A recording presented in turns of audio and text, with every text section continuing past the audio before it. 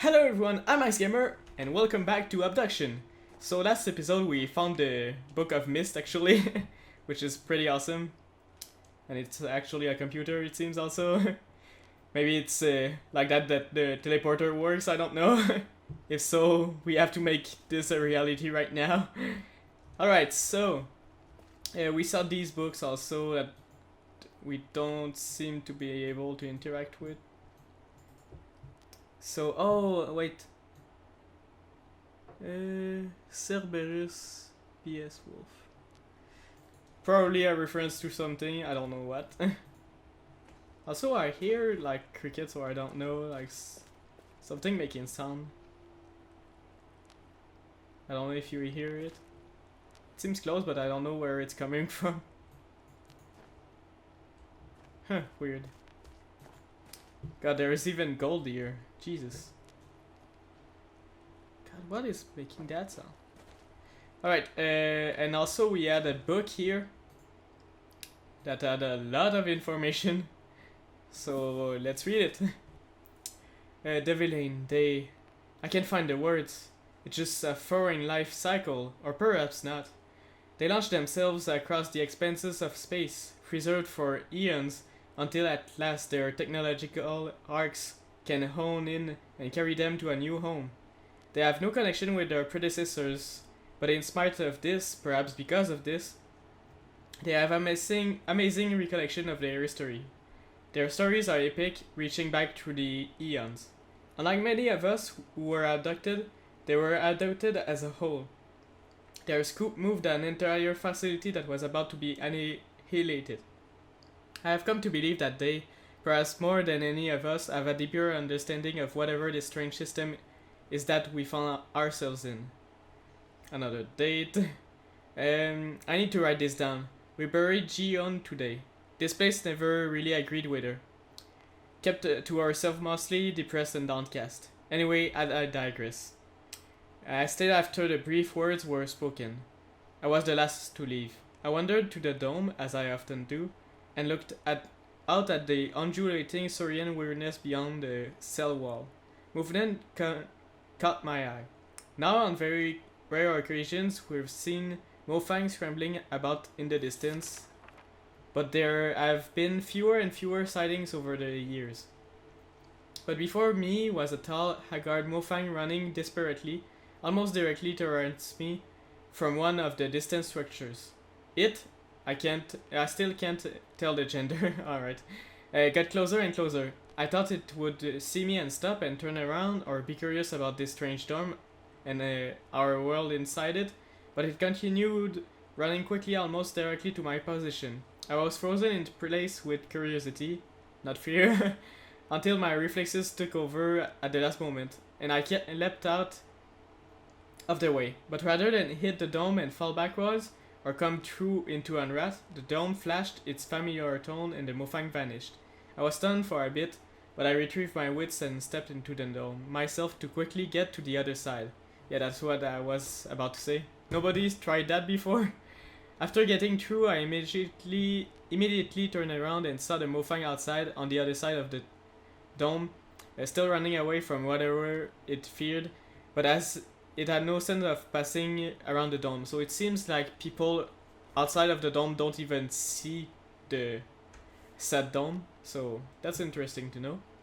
As surprising as the event was, it did serve to settle a few things in my mind. I always wondered how no one on Earth noticed what had replaced this chunk of Arizona we have here. Yeah, that's true, that's one thing I was thinking.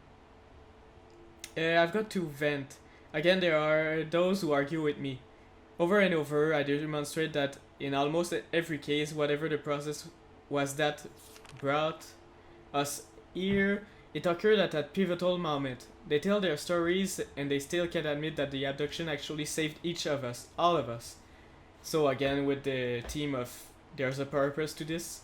What is it in human nature that grasps so strongly to the past that we blame our saviors for stealing it from us? Okay, just one more vent before bed, alright. If each of us was individually saved from something, then maybe all of us were corporately saved from something larger. Can we really be sure what's left? And this, the arrivals come from various place and times. That's true. Sarah got here almost 15 years ago from the year 2055, and UZL got here 2.5 years ago from 1942. Again, the years, it seems like there's still some kind of brackets, if I could say, because I didn't see a far away date for now. Maybe I'm wrong, but yeah. What does that mean? Time here is shuffled and chaotic compared to Earth. What state in Earth is right now? When is Earth right now? Also, yeah, that's another thing. If someone comes from the future, I guess it would make pretty interesting conversation for long hours to know what happened. Anyway, it's 3:15 a.m. in the morning and I feel compelled to journal this craziness. After spending most of yesterday meditating with the RI and then most of this evening discussing the nature of these worlds with CW, I had just a sip of infamous unrat hooch and collapsed in my chair. Alright? Well, I woke from a dream. I'm not one who puts a lot of credibility in dreams, but maybe the RI were able to move something in me to understand. Or possibly, because of the intense discussion, my subconscious mind was triggered to be able to sort out some logical connections. Or maybe it was the ouch. The dream. I was tending a garden, an immense garden, and it wasn't for food or flowers. It was about the health of the garden. I kept working to control it and contain it and make it more healthier. But the garden seemed to fight me at every turn. And after what seemed like days of work, I finally gave up in frustration. Oh, that's sad. And I stood there doing nothing. The garden flourished before my eyes, growing and spreading in every direction. So it's kind of something to say like you have to let go and everything will work out in the end, I guess. Because I realized the system that the plants were based on was not about me shaping and controlling. The natural system of plants is healthier when they are out of control, when they are free to spread and intermingle and cross-pollinate and mutate. Now from a human point of view, that may not provide what I want. I get smaller fruit and smaller flowers and untidiness, yeah. But from the point of view of the plants, they grow stronger and much more resilient and resistant. That's true also. The more they are scattered, the higher their odds of surviving. And now that I contemplate, I realize that even the individual plant seeds may not appreciate the benefit of what's happening. They are turned far from their origins, forced into situations that seem extreme, possibly even destroyed by these new environments.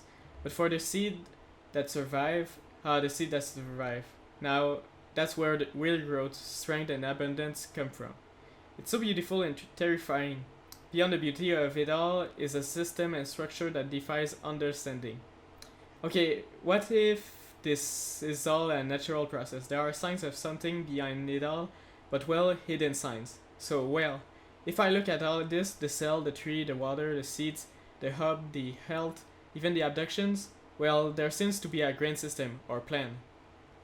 The plan doesn't take me into account. It is unemotionally intent on the health of something much bigger.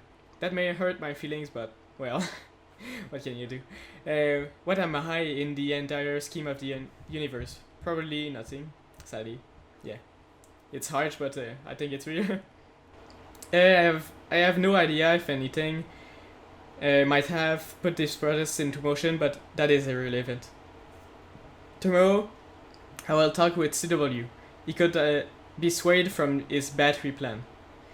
I don't know why this is highlighted, but I guess that's important. I really don't journal much. I came to write this down because I am distraught. As I contemplate the plan that I have set in motion, I realize that I have become the destroyer of worlds. Jesus. I sat down to write, to seek some cathartic tranquilization, and I realized this last thing I journaled was some esoterically beautiful philosophy about letting this garden grow. Not so reaffirming or calming. But nevertheless, here is my reasoning because I must write this down. Simply, it's us or them. Oh?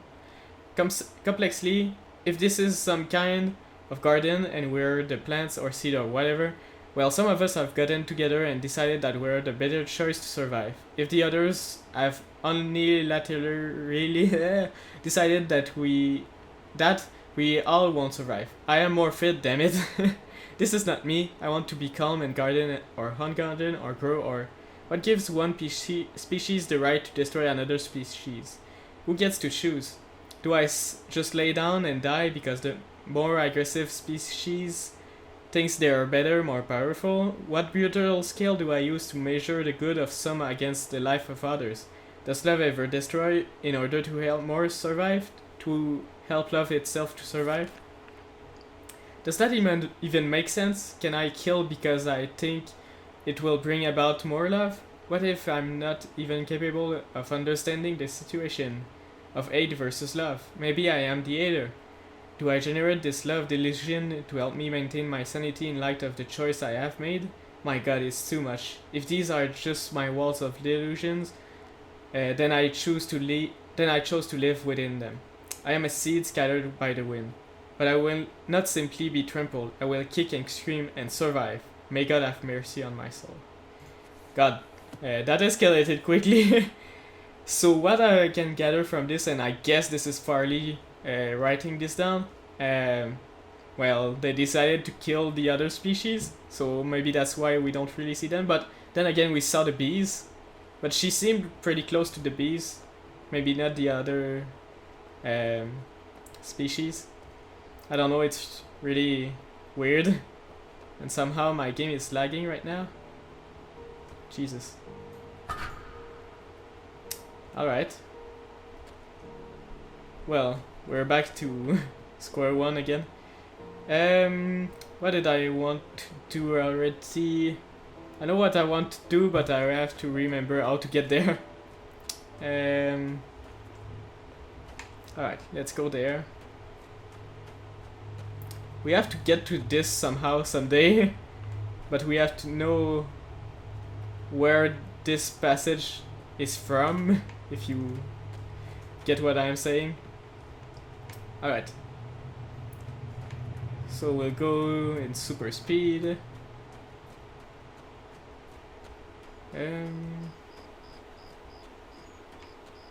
Alright. So there's this thing. I don't know if we ever went through here, so let's see where it leads us. Oh, we're on the wall, so maybe it will lead us to the point we saw in Farley's house that was highlighted. Oh, there's a teleporter. Nice.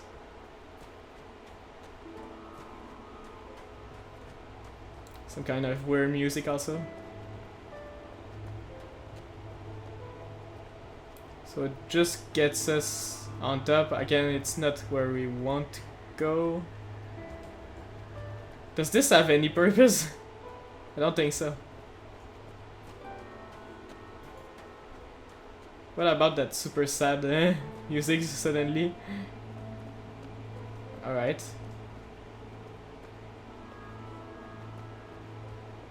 Hello? Where are we going?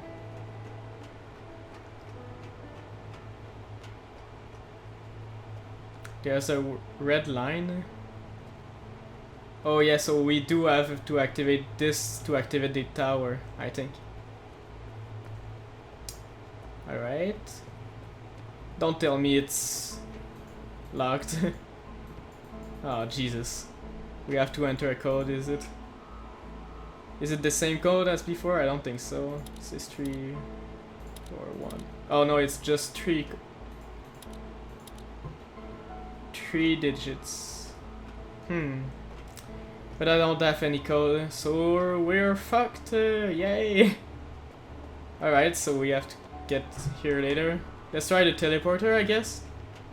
It will lead us to the tropical forest, I'm pretty sure. Judging by the sphere around it. We never went to that world for now, so let's see what it's all about. Let's go! Come on. Alright, I had to press the button a bit later.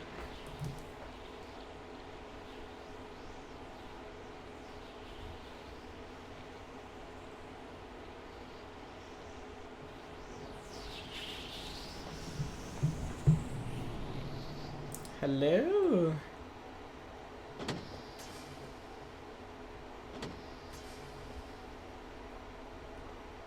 What's making that sound? I think it was probably this. Okay, so we're pretty stuck with invisible walls, great. It seems like there's some kind of futuristic building here, which is interesting. Whole bunch of nature. And a locked door. Great. Can't do anything with it. Oh, I see a map here. Let's try to just do that. Won't be really useful, but oh well. So it seems we can't do anything for now here. We have to actually open the door. I don't know how though. But for now, the only thing we can go do is go back. Alright, where else can we go? Well, there's a bunch of stuff we didn't explore in the stone world, so I guess we'll just return there and see what we can do.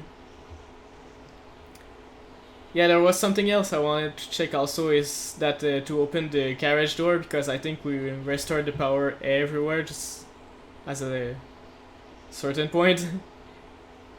So we'll have to check that also. I just need to remember where I need to go through with the dome to get where I want to go. Alright. So we'll try this. Oh yeah, I'm pretty sure where I need to go. Not here. Not here. Here. I think. Yeah, that's it. Alright. So we're already getting closer to the end of the episode, but before that, let's figure some shit out. Alright, are you with me on that? Alright, so here we'll use that a bit later. I just want to make sure of something first. Just like I said with the garage door. Let's go down. Again with the weird collision. I need to get there also someday. That's the thing that is bothering me a bit, because I don't know from where I can get to here. Alright. So I restored the power here. And maybe cut on the other side, that I don't know yet. Oh, there's this thing. Oh, jeez. Hello?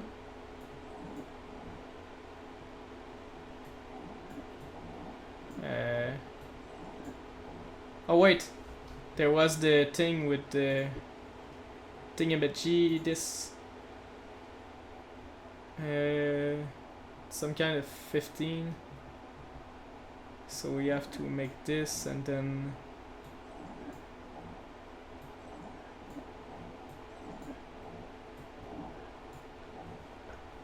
this, enter, 35.